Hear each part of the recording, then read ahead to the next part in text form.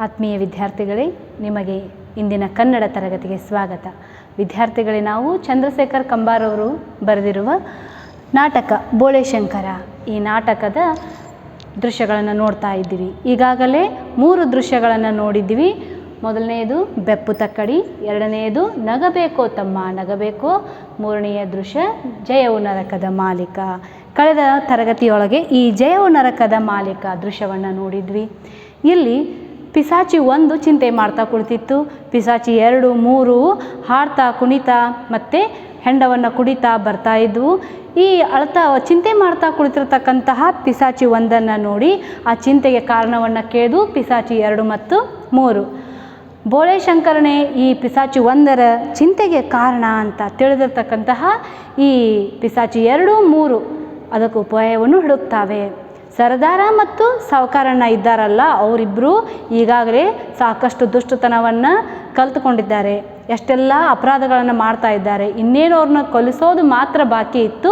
ಅದರ ಬದಲಿಗೆ ಅವರಿಬ್ಬರು ಅಣ್ಣಂದಿರನ್ನೇ ಬಳಸಿ ಅವರ ತಮ್ಮನಾದಂತಹ ಬೋಳೆಶಂಕರನನ್ನು ಸಿಕ್ಕಾಕಿಸಿ ಬಿಡೋಣ, ಅವನನ್ನು ಕೂಡ ನಮ್ಮ ಬಲೆಗೆ ತೆಗೆದುಕೊಳ್ಳೋಣ ಅಂಥೇಳಿ ಪಿಸಾಚಿ 1ಕ್ಕೆ ಧೈರ್ಯವನ್ನು ಹೇಳಿ, ನೀನು ಮುಂದಿರು, ಬೋಳೆಶಂಕರನ ಹಿಂದೆ ನೀನಿರು, ನಿನ್ನ ಹಿಂದೆ ನಾವಿಬ್ಬರೂ ಇರ್ತೀವಿ ಅಂಥೇಳಿ ಪಿಸಾಚಿ 2, 3 ಅದಕ್ಕೆ ಪಿಸಾಚಿ 1ಕ್ಕೆ ಉಪಾಯವನ್ನು ಹೇಳಿದವು. ಆಗ ಪಿಸಾಚಿ 1 ಇದೇ ಸರಿಯಾದ ಉಪಾಯ ಅಂಥೇಳಿ ತಯಾರಾಯಿತು. ಬೋಳೆಶಂಕರನ ವಶಪಡಿಸ್ಕೊಳ್ಳಿಕ್ಕೆ ಮತ್ತು ಮುಂದಿನ ಹೆಜ್ಜೆಯನ್ನು ಇಡ್ತು. ಇದು ದೃಶ್ಯ 3ರ ಒಂದು ವಿಚಾರ. ಇನ್ನು ದೃಶ್ಯ 4 ಯಾವುದು? ಭೋಂ ಭೋಂ ಶಂಕರ ಬೋಳೆಶಂಕರ. ಈ ದೃಶ್ಯ 4 ಭೋಂ ಭೋಂ ಶಂಕರ ಬೋಳೆಶಂಕರ. ಈ 4ನೇ ದೃಶ್ಯದ ರಂಗ ಸಜ್ಜಿಕೆ ಮೇಲೆ ಬೋಳೆಶಂಕರ ಕೆಲಸ ಮಾಡ್ತಾ ಇದ್ದಾನೆ, ಅವನ ಜೊತೆಗೆ ಕೋಡಂಗಿನೂ ಇದ್ದಾನೆ. ಕೆಲಸ ಮಾಡ್ತಾ ಬೋಳೆಶಂಕರನ ಆಗಮನ ಆಗುತ್ತೆ, ಅವನ ಜೊತೆ ಕೋಡಂಗಿನೂ ಬರ್ತಾನೆ. ಹೀಗೆ ಬಂದಂತಹ ಕೋಡಂಗಿ ಮಾತಾಡ್ತಾನೆ. ಹೊಟ್ಟೆ ನೋವು ಅಂತಿ ತುಸು ಆರಾಮ ತಗೋ ಮಾರಾಯ. ಬೋಳೆಶಂಕರ ಹೇಳ್ದ, ಆರಾಮ ತಗೋ ಅಂತ ನೀ ಅಂತೀಯ, ನನ್ನ ಹೊಟ್ಟೆ ನೋಯುತ್ತೆ ಅಂದರೆ ಜೀವನ ನಿಲ್ಲುತ್ತಾ? ಹೋಗಲಿ, ನಾನು ನಿಲ್ಲಿಸಿದ ಕೆಲಸ ನೀನು ಮುಂದುವರಿಸ್ತೀಯ? ನೀನು ಸೋಂಬೇರಿ. ಈಗಾಗಲೇ ಪಿಸಾಚಿ 1 ಪಾನಕ ಮಾಡಿಕೊಟ್ಟಿತ್ತು. ಯಾವಾಗ? ದೃಶ್ಯ 2ರಲ್ಲಿ ನೋಡಿದ್ವಿ ನಾವು, ನಗಬೇಕೋ ತಮ್ಮ ನಗಬೇಕೋ ದೃಶ್ಯದೊಳಗೆ. ಏನಾಗಿತ್ತು? ಪಿಸಾಚಿ 1 ಪಾನಕ ಮಾಡಿಕೊಟ್ಟಿತ್ತು, ಅದನ್ನು ಬೋಳೆಶಂಕರ ಕುಡಿದಿದ್ದ. ಆಗಲೇ ಅವನಿಗೆ ಸ್ವಲ್ಪ ಹೊಟ್ಟೆ ನೋವು ಕಾಣಿಸ್ಕೊಂಡಿತ್ತು, ಅಷ್ಟೇ ಅವನು ಮತ್ತೆ ಕೆಲಸಕ್ಕೆ ತೊಡಗಿದ. ಆದರೆ ಹೊಟ್ಟೆ ನೋವು ಮಾತ್ರ ವಿದ್ಯಾರ್ಥಿಗಳೇ ಒಂದು ಮಾಯವಾಗಿಲ್ಲ. ಅದೇ ನೆಪವನ್ನು ಇಟ್ಕೊಂಡು ಬೋಳೆಶಂಕರ ಕೆಲಸ ಮಾತ್ರ ಬಿಟ್ಟಿಲ್ಲ, ಕೆಲಸ ಮಾಡ್ತಾನೆ ಇದ್ದಾನೆ. ಇದು ಕೋಡಂಗಿಗೆ ಗೊತ್ತಾಗಿದೆ. ಹೊಟ್ಟೆ ನೋವು ಅಂತ ನೀ ಅಂತಿದ್ದೀಯಾ, ಸ್ವಲ್ಪ ಆರಾಮ ತಗೋರೋ ಮಾರಯ್ಯ ಅಂಥೇಳಿ ಕೋಡಂಗಿ ತನ್ನ ಮಿತ್ರ ಬೋಳೆಶಂಕರನಿಗೆ ಹೇಳ್ತಾನೆ. ಆದರೆ ಬೋಳೆಶಂಕರ ಹೇಳ್ದ, ಆರಾಮ ತಗೋ ಅಂತ ನೀ ಅಂತೀಯ, ಆದರೆ ನನ್ನ ಹೊಟ್ಟೆ ನೋಯುತ್ತೆ ಅಂದರೆ ನನ್ನ ಜೀವನ ನಿಲ್ತದೆ ಏನು? ಸುಮ್ಮ ಕೆಲಸ ಮಾಡೋದು ಬಿಟ್ಟನೆ ಅಂದ್ರೆ ಹೋಗಲಿ, ನಾನು ನಿಲ್ಲಿಸಿದ ಕೆಲಸ ಏನಾರ ನೀ ಮಾಡ್ತೀಯೇನು? ಅದು ಇಲ್ಲ, ಯಾಕಂದ್ರೆ ನೀನು ಸೋಮಾರಿ ಇದ್ದೀಯಾ ಅಂದ. ಕೋಡಂಗಿ ಆ ಮಾತಿಗೆ ಹೇಳ್ದ, ಬೆಳಗ್ಗೆಯಿಂದ ಕೆಲಸ ಮಾಡ್ತಾನೆ ಇದ್ದೀನಲ್ಲಪ್ಪ. ಅಲ್ಲ, ಬೆಳಗ್ಗೆಯಿಂದ ಕೆಲಸ ಮಾಡೋಕ್ಕಾಗ್ತೀನಲ್ಲ ನಾನು ಅಂದ. ಬೋಳೆಶಂಕರ ಪ್ರಶ್ನಿಸಿದ, ಏನೇನು ಮಾಡಿದೆ ಹೇಳು, ನಿನ್ನ ಕೆಲಸ ಏನೇನು ಮಾಡಿದೆ ನೋಡು ಹೇಳು ಅಂತಂದ.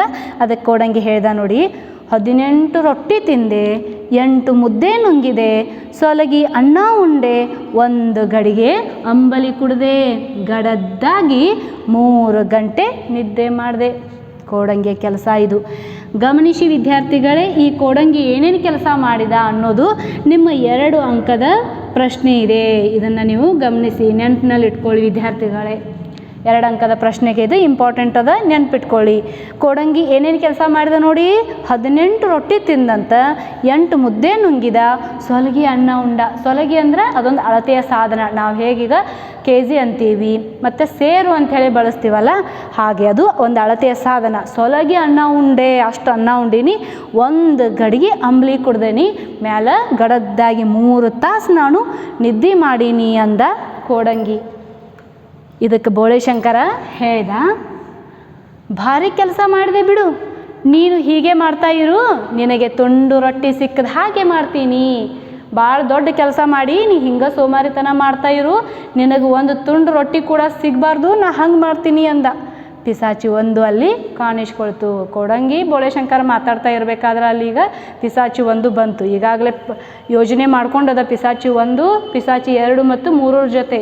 ಅದೇ ಪ್ರಕಾರ ಈಗ ಇಲ್ಲೇ ಬಂತು. ಹೊಟ್ಟೆ ನೋಯ್ತಿದ್ರು, ನೆಮ್ಮದಿಯಿಂದ ಕೆಲಸ ಮಾಡ್ತಿದ್ದಾನಲ್ಲ, ಇರಲಿ ಈಗ ಇವನ ನೇಗಿಲಿಗೆ ದೊಡ್ಡ ಬೇರಾಗಿ ತೊಡಕಿ ಬಿಡ್ತೀನಿ. ಹೇಗೆ ಬಿಡಿಸ್ಕೊಳ್ತಾನೋ ನೋಡೇ ಬಿಡುವ. ಇಲ್ಲ, ಹೊಟ್ಟೆ ನೋವು ಇದು ಐತಿ ಅಂದರೂ ಕೂಡ ಏನೋ ಕೆಲಸ ಮಾಡೋಕೆ ಹತ್ತಾನಲ್ಲ ಇವನು, ಅದು ನೆಮ್ಮದಿಯಿಂದ ಕೆಲಸ ಮಾಡ್ಲಿಕ್ಕೆ ಹತ್ತಾನ. ಇರಲಿ, ಇವು ಮಾಡೋ ಕೆಲಸಕ್ಕೆ ನಾನು ಅಡ್ಡಾಗ್ತೀನಿ. ಅಲ್ಲಿ ಅವ ನೇಗಿಲನ್ನು ಉಳ್ತಾ ಇದ್ದಾನೆ, ಭೂಮಿಯನ್ನು ಉಳ್ತಾ ಇದ್ದಾನೆ ನೇಗಿಲ ಸಹಾಯದಿಂದ. ಆ ನೇಗಿಲಿಗೆ ಹೋಗಿ ನಾನು ದೊಡ್ಡ ಬೇರಾಗಿ ತೊಡಕಿಸ್ಕೊಳ್ತೀನಿ. ಆಗ ಹೆಂಗೆ ನನ್ನನ್ನು ಬಿಡಿಸ್ಕೊತಾನೋ ನೋಡೇ ಬಿಡ್ತೀನಿ ಅಂಥೇಳಿ ಪಿಸಾಚಿ ಅಲ್ಲಿಂದ ಮಾಯವಾಗಿ ತಕ್ಷಣ ಏನು ಮಾಡುತ್ತೆ, ನೇಗಿಲಿಗೆ ಹೋಗಿ ನಿಂತು ಬಿಡುತ್ತೆ.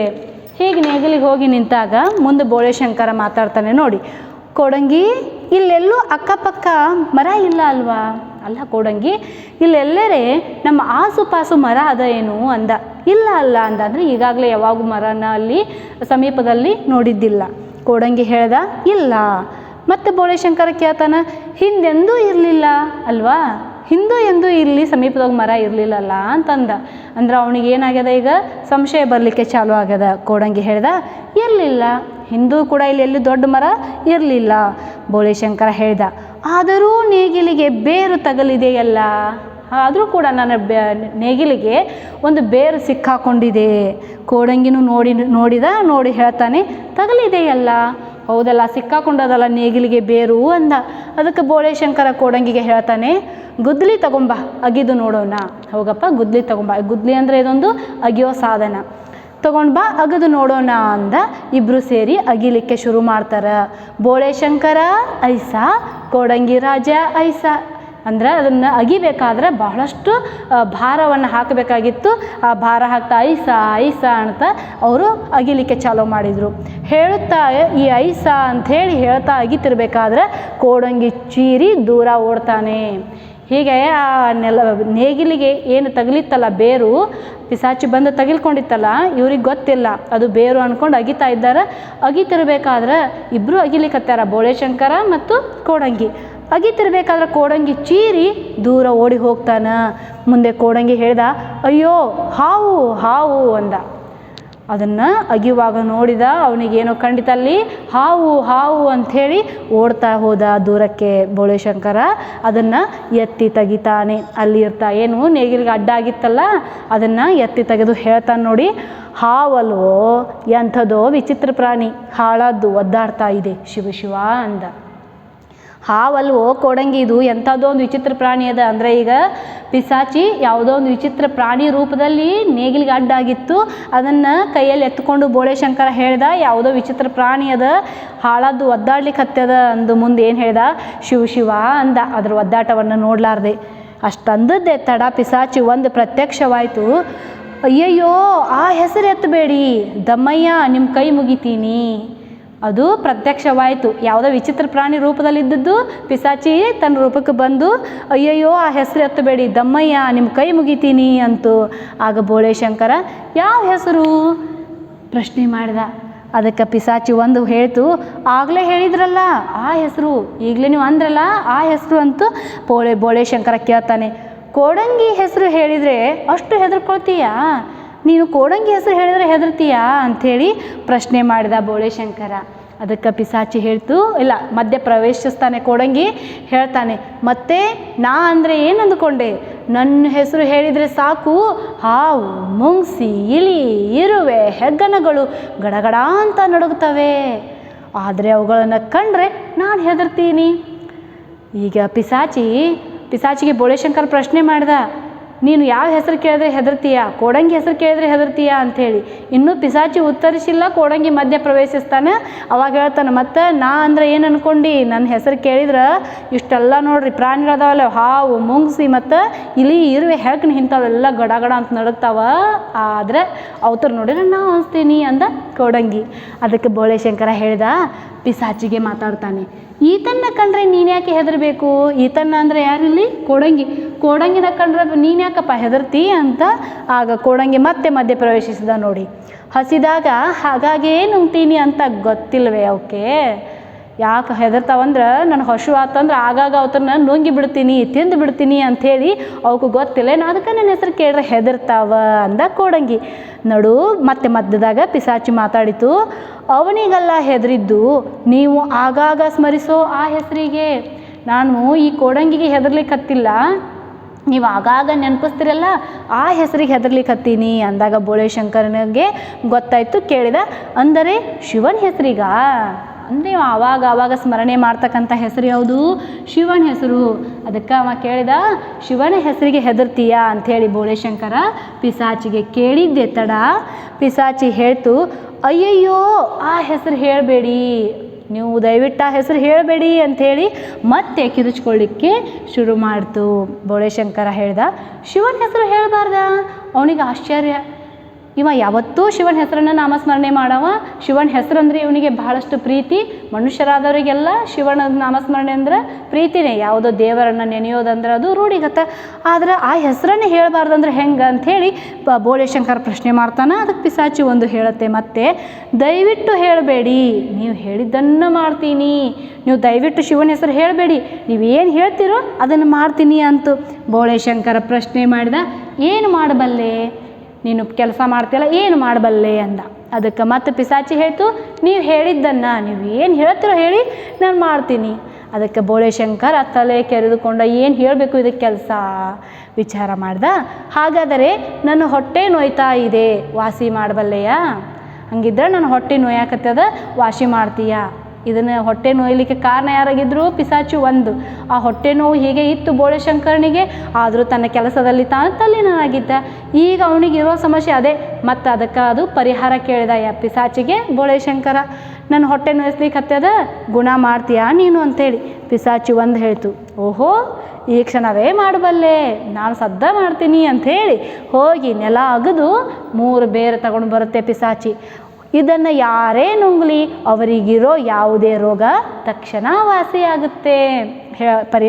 3 ಬೇರನ್ನು ತಗೊಂಡು ಬರುತ್ತೆ ಪಿಸಾಚಿ ಒಂದು. ಮತ್ತು ಅದಕ್ಕೆ ಅದರ ಉಪಯೋಗ ಏನದ ಅನ್ನೋದನ್ನು ಪಿಸಾಚಿ ಒಂದು ಹೇಳುತ್ತೆ. ಏನು, ಇದನ್ನು ಯಾರು ಬೇಕಾದರೂ ನುಂಗಲಿ ಅವ್ರಿಗೆ ಯಾವ ರೋಗ ಇದ್ದರೂ ಕೂಡ ಅದು ತಕ್ಷಣ ಅದೇ ಕ್ಷಣ ವಾಸಿಯಾಗುತ್ತೆ ಅಂತೂ ಬೋಳೆಶಂಕರ ತೆಗೆದುಕೊಂಡ ನುಂಗಿದ. ಪರವಾಗಿಲ್ವೇ, ಹೊಟ್ಟೆ ನೋವಿಲ್ಲ ಮಾಯವಾಯಿತು, ಅಷ್ಟೇ ಏನು ಅಡ್ಡಿ ಇಲ್ಲ, ತೆಗೆದುಕೊಂಡು ಕೂಡಲೇ ನಾನು ಹೊಟ್ಟೆ ನೋವು ಮಾಯವಾಯಿತು ಅಂದ. ಅದಕ್ಕೆ ಪಿಸಾಚಿ ಒಂದು, ನಾನು ಹೋಗ್ಲಾ, ನಾ ಇನ್ನು ಹೊರಟು ಬಿಡ್ಲ ಅಂತ ಕೇಳ್ತು. ಕಳಿಸ್ತಾನ ಬೋಳೆಶಂಕರ. ನೋಡಿ ಹೇಳ್ತಾನೆ, ಇರಣ್ಣ ಇನ್ನೊಂದು ವಿಷಯ ಹೇಳು, ಅದು ಯಾಕೆ ನಿನಗೆ ಶಿವನ ಹೆಸರು ಕೇಳಿದರೆ ಆಗೋದಿಲ್ಲ? ನಿನಗೆ ಯಾಕೆ ಶಿವನ ಹೆಸರು ಕೇಳಿದ್ರೆ ಆಗೋದಿಲ್ಲ? ಮೊದಲು ನನಗೆ ಅದೊಂದು ವಿಷಯ ಹೇಳು ಅಂದ ಬೋಳೆಶಂಕರ.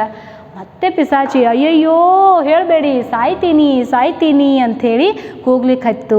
ಇಷ್ಟ ತಿಳಿದಿದ್ದ ತಡ ಕೋಡಂಗಿ ಪ್ರವೇಶಿಸ್ತಾನ ಮಧ್ಯ ಜೋರಾಗಿ, ಶಿವ ಶಿವ ಸಾಂಬ ಸದಾಶಿವ ಬೋಳೆಶಂಕರ, ಭೋಂ ಭೋಂ ಶಂಕರ ಪಾರ್ವತೀ ಶಂಕರ ಅಂಥೇಳಿ ಜೋರಾಗಿ ಕೋಡಂಗಿ ಶಿವನ ನಾಮಸ್ಮರಣೆಯನ್ನು ಮಾಡ್ಲಿಕ್ಕೆ ಹತ್ತಿದ. ಪಿಸಾಚಿ ಆ ನಾಮಸ್ಮರಣೆಯನ್ನು ಕೇಳಲಾರ್ದ ಕಿವಿ ಮುಚ್ಕೊಂಡು ತಿರುಗಿ ನೆಲದೊಳಗೆ ಹೂತುಕೊಳ್ತದ. ಇದು ಆವಾಗ ಪಿಸಾಚಿ ಒಂದು ಅಲ್ಲಿಂದ ಮಾಯವಾಗಿ ಬಿಡ್ತು. ಈ ಕೋಡಂಗಿ ಹೇಳ್ತಕ್ಕಂಥ ಶಿವನ ನಾಮಸ್ಮರಣೆಯನ್ನು, ಬೋಳೆಶಂಕರ ಹೇಳ್ತಕ್ಕಂಥ ಶಿವನ ನಾಮಸ್ಮರಣೆಯನ್ನು ಕೇಳಿ ಪಿಸಾಚಿಗೆ ಭಯಭೀತವಾಗಿ ಅಲ್ಲಿ ನೆಲದೊಳಗೆ ಏನು ಮಾಡಿಬಿಡ್ತು? ಹೂತುಕೊಳ್ತು. ಇಷ್ಟು ಈ 4ನೆಯ ದೃಶ್ಯದ ವಿವರಣೆ.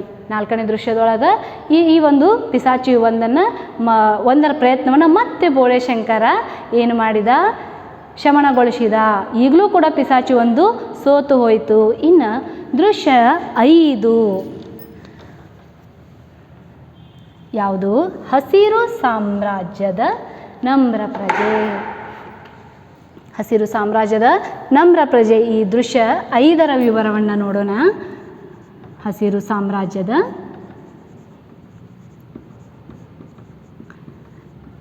ನಮ್ರ ಪ್ರಜೆ. ಈ ದೃಶ್ಯದಲ್ಲಿ ಯಾರ್ಯಾರಿದ್ದಾರೆ ರಂಗಸಜ್ಜಿಕೆ ಮೇಲೆ ನೋಡಿ. ಕೋಡಂಗಿ ಮತ್ತು ಭಾಗವತರಿಂದ ಈ ದೃಶ್ಯ ಆರಂಭ ಆಗ್ತದೆ ರಂಗಸಜ್ಜಿಕೆ ಮೇಲೆ. ಈಗಾಗಲೇ ನಾವು ಭೋಮ್ ಭೋಮ್ ಶಂಕರ ಬೋಳೆಶಂಕರ ದೃಶ್ಯದೊಳಗೆ ನೋಡಿದ್ದೀವಿ. ಈಗ ಅಲ್ಲಿ ಪಿಸಾಚಿ ಒಂದು ಮತ್ತೊಮ್ಮೆ ಪ್ರಯತ್ನ ಪಡಿತು ಬೋಳೆಶಂಕರನನ್ನು ತನ್ನ ವಶಕ್ಕೆ ಪಡ್ಕೊಳಕ್ಕೆ. ಆದರೂ ಕೂಡ ಅದು ಮತ್ತು ಬೋಳೆಶಂಕರನ ಬಾಯಿಂದ ಬರ್ತಕ್ಕಂತಹ ಶಿವನ ನಾಮಸ್ಮರಣೆಯಿಂದ ಸೋತು ನೆಲದಲ್ಲಿ ಹೂತು ಹೋಯಿತು. ಈಗ ಈ ದೃಶ್ಯ 5 ಹಸಿರು ಸಾಮ್ರಾಜ್ಯದ ನಮ್ರ ಪ್ರಜೆ ಆರಂಭ ಆಯಿತು. ರಂಗಸಜ್ಜಿಕೆ ಮೇಲೆ ಕೋಡಂಗಿ ಮತ್ತು ಭಾಗವತ ಇದ್ದಾರೆ. ಕೋಡಂಗಿ ಭಾಗವತರನ್ನು ಮಾತಾಡಿಸ್ತಾನೆ. ಹೋಯ್ ಭಾಗವತರೇ ಕರೆದ ಭಾಗವತರನ್ನು. ಅದಕ್ಕೆ ಭಾಗವತ ಹೇಳಿದರು, ಏನಪ್ಪ ಬೋಳೆಶಂಕರನ ಅಡುಗೆ ಮನೆಯಲ್ಲಿ ಏನಾಗ್ತಿದೆ ಹೇಳಪ್ಪ. ಕೋಡಂಗಿ ಬೋಳೆಶಂಕರನ ಅಡುಗೆ ಮನೆಯೊಳಗೆ ಏನಾಗ್ಲಿಕ್ಕತ್ತದ ಹೇಳು ಅಂದ. ಕೋಡಂಗಿ ಹೇಳ್ದ, ಚಕ್ಕುಲಿ, ಕೋಡುಬಳೆ, ಕರ್ಜಿಕಾಯಿ, ಹೋಳಿಗೆ, ಲಾಡು, ಜಿಲೇಬಿ ಎಲ್ಲ ತಿನಿಸಿನ ವಾಸನೆ ಬರ್ತಾ ಇದೆಯಲ್ಲ ಭಾಗವತರೇ ಅಂದ. ಏನೇನದ ಅಲ್ಲಿ ಬೋಳೆಶಂಕರನ ಅಡುಗೆ ಮನೆಯೊಳಗೆ? ಚಕ್ಕುಲಿ, ಕೋಡುಬಳೆ, ಕರ್ಜಿಕಾಯಿ, ಹೋಳ್ಗೆ, ಲಾಡು, ಜಿಲೇಬಿ ಎಲ್ಲ ತಿನಿಸುಗಳ ವಾಸನೆ ಬರ್ತಾ ಇದೆ. ಅದನ್ನು ಕೋಡಂಗಿ ಪರಿಚಯಿಸ್ಕೊಟ್ಟ ಭಾಗವತರಿಗೆ ಹೇಳೋದ್ರ ಮೂಲಕ ಪ್ರೇಕ್ಷಕರಿಗೆ. ಬೋಳೆಶಂಕರನ ಮನೆಯೊಳಗೆ ಯಾವುದೇ ಹೆಣ್ಣು ಮಗಳಿಲ್ಲ, ಅವನಿಗೆ ಹೆಂಡತಿನೂ ಇಲ್ಲ, ಅವನಿರೋದು ಒಬ್ಬನೇ. ಮತ್ತು ಅವನ ಜೊತೆ ಈ ಮಿತ್ರ ಅನಿಸ್ಕೊಂಡ ಕೋಡಂಗಿ ಒಬ್ಬ ಇರ್ತಿದ್ದ. ಇಂಥ ಸಮಯದೊಳಗೆ ಇಷ್ಟೆಲ್ಲ ಘಮ ಘಮ ವಾಸ ಬೀರ್ತಕ್ಕಂತಹ ಅಡುಗೆಗಳು ತಿನಿಸುಗಳೆಲ್ಲ ತಯಾರಾಗ್ತಿದೆಯಲ್ಲ ಅಂದಾಗ ಭಾಗವತರು ಪ್ರಶ್ನೆ ಮಾಡಿದ್ರು, ಇದನ್ನೆಲ್ಲ ಯಾರಪ್ಪ ಮಾಡ್ತಿದ್ದಾರೆ? ಅವನ ಮನೆಯಲ್ಲಂತೂ ಯಾರೂ ಇಲ್ಲ. ಈಗಾಗಲೇ ಅವ್ರ ಅಣ್ಣಂದಿರು ಆಸ್ತಿಯನ್ನು ತೆಗೆದುಕೊಂಡು ತಮ್ಮ ಹೆಂಡತಿಯರನ್ನು ಕರ್ಕೊಂಡು ಬಿಟ್ಟು ಹೋಗ್ಯಾರ. ಹೀಗಿದ್ದಾಗ ಯಾರು ಮಾಡ್ಲಿಕ್ಕತ್ಯಾರ ಅಂದಾಗ ಕೋಡಂಗಿ ಹೇಳ್ತಾನೆ, ಎಲ್ಲ ಹೌದಲ್ಲ ಭಾಗವತರೇ, ಇವರು ಬೋಳೆಶಂಕರನ ಅಣ್ಣಂದಿರಲ್ವೇ? ಜಗಳವಾಡಿ ಪಾಲಿಗೆ ಬಂದದ್ದನ್ನು ತಗೊಂಡು ದೇಶ ಆಳ್ತೀವಿ ಅಂತ ಹೋದವರು ಪುನಃ ಬೆಪ್ತಕ್ಕಡಿ ಮನೆಗೆ ಬಂದಿದ್ದಾರೆ. ಪಿಸಾಚಿಗಳನ್ನು ಸುಲಭವಾಗಿ ಓಡಿಸಬಹುದು, ಇವರನ್ನು ಓಡಿಸ್ಲಿಕ್ಕಾಗೋದಿಲ್ಲ ಭಾಗವತರೇ. ನೋಡಿ ಯಾರಿದ್ದಾರೆ ಹಾಗಿದ್ರಿ ಬೋಳೆಶಂಕರನ ಮನೆಯೊಳಗೆ? ಈಗಾಗಲೇ ಪಾಲು ತೆಗೆದುಕೊಂಡು ಬೋಳೆಶಂಕರನನ್ನು ಬೇಡವೇ ಬೇಡ ಅಂಥೇಳಿ ಜಗಳ ಆಡಿಕೊಂಡು ಬಿಟ್ಟು ಹೋಗಿದ್ರಲ್ಲ ಅವರ ಅಣ್ಣಂದಿರು, ಮತ್ತು ಅಣ್ಣಂದಿರ ಹೆಂಡತಿಯರು ಅವರೇ ಇದ್ದಾರೆ. ಯಾರು? ಬೋಳೆಶಂಕರನ ಮನೆಯೊಳಗೆ. ಆ ದೃಶ್ಯವನ್ನು ಪರಿಚಯ ಮಾಡಿಕೊಡ್ತಾ ಇದ್ದಾನೆ ಕೋಡಂಗಿ. ಎಲ್ಲ ಹೌದಲ್ಲ ಭಾಗವತರೇ, ಅಯ್ಯಯ್ಯೋ ಹೌದಲ್ಲ ಭಾಗವತರೇ, ಇವರು ಬೋಳೆಶಂಕರನ ಅಣ್ಣಂದಿರಲ್ಲೇನು? ನಮಗೇನು ನಿನ್ನ ಸವಾಸ ಬೇಡ ಅಂತೇಳಿ ಜಗಳಾಡಿ ಪಾಲಿಗೆ ಬಂದದ್ದೆಲ್ಲ ತೆಗೆದುಕೊಂಡು ದೇಶ ಆಳ್ತೀವಿ ಅಂತ ಹೋದವರು ಹೊಳ್ಳಿ ಮತ್ತು ಎಲ್ಲಿ ಬಂದಾರ? ಬೋಳೆಶಂಕರನ ಮನೆಗೆ ಬಂದಾರ. ಪಿಸಾಚಿಗಳನ್ನ ಬೇಕಿದ್ರೆ ನಾವು ಓಡಿಸ್ಬೋದು, ಆದರೆ ಇವರು ಪಿಸಾಚಿಗೂ ಮೀರಿದವ್ರದಾರ, ಇವ್ರನ್ನೇನು ಸುಲಭವಾಗಿ ಓಡಿಸ್ಲಿಕ್ಕೆ ಆಗೋದಿಲ್ಲ ಅಂಥೇಳಿ ಕೋಡಂಗಿಗೆ ಚಿಂತೆ ಆಯಿತು. ಅಷ್ಟರೊಳಗೆ ನೋಡಿ ಅಗೋ ಅವನೇ ಬಂದ ನಿಭಾಯಿಸ್ಲಿ. ಅವನೇ ಅಂದರೆ ಯಾರಿಲ್ಲಿ? ಬೋಳೆಶಂಕರನ ಪ್ರವೇಶ ಅಲ್ಲಿ ಆಗ್ತದ. ಮೇಲಿನ ಕೋಡಂಗಿಯ ಮಾತು ನಡೆಯುತ್ತಿರುವಂತೆಯೇ ಸರದಾರ ಸೋಮಣ್ಣ, ಸಾವುಕಾರ ಡಬ್ಬು ಅವರ ಹೆಂಡಂದಿರು ಬೋಳೆಶಂಕರನ ಮನೆಯಲ್ಲಿ ಐಷಾರಾಮವಾಗಿ ಅಡುಗೆ ಮಾಡ್ತಿದ್ದಾರೆ. ಇನ್ನೊಂದು ಕಡೆಗೆ ಪಿಸಾಚಿಗಳು ಕಾಣಿಸಿಕೊಳ್ತವೆ. ಈಗ ಆ ಬೋಳೆಶಂಕರನ ಮನೆಯೊಳಗೆ ಬೋಳೆಶಂಕರನ ಅಣ್ಣಂದಿರು ಅವರ ಹೆಂಡತಿಯರು ಅಡುಗೆ ಮನೆಯಲ್ಲಿ ಐಷಾರಾಮವಾಗಿ ಅಂದ್ರೆ ಆರಾಮಾಗಿ ಅಡುಗೆ ಮಾಡಿಕೊಂಡು ಅಲ್ಲೆಲ್ಲ ತಯಾರಿ ನಡೆಸ್ಕೊತಾ ಇದ್ದಾರೆ. ಇನ್ನೊಂದು ಕಡೆ ಪಿಸಾಚಿಗಳು ಬರ್ಲಿಕ್ಕತ್ತವ. ಅದೇ ಸಮಯಕ್ಕೆ ಅಲ್ಲಿ ಬೋಳೆಶಂಕರನ ಪ್ರವೇಶನೂ ಆಗುತ್ತೆ. ಮುಂದೆ ಏನು ನಡೆಯುತ್ತೆ, ಮುಂದೆ ಈ ದೃಶ್ಯದ ಮುಂದುವರಿದ ಭಾಗ ಏನಿದೆ ಅನ್ನೋದನ್ನು ಮುಂದಿನ ತರಗತಿಯಲ್ಲಿ ನೋಡೋಣ ವಿದ್ಯಾರ್ಥಿಗಳೇ. ನಮಸ್ಕಾರ.